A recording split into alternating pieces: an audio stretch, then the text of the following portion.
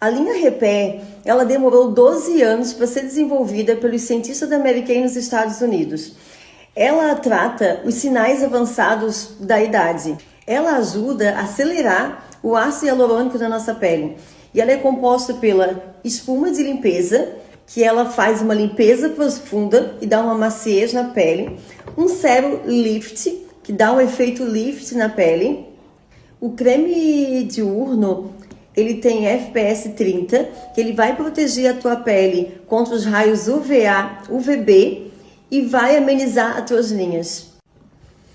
O creme noturno, ele recupera e trata a nossa pele contra os sinais avançados da idade. E a gente também tem o creme para os olhos, que ele tem esse aço na ponta, que ele vai fazer uma massagem na tua área dos olhos e vai potencializar o resultado.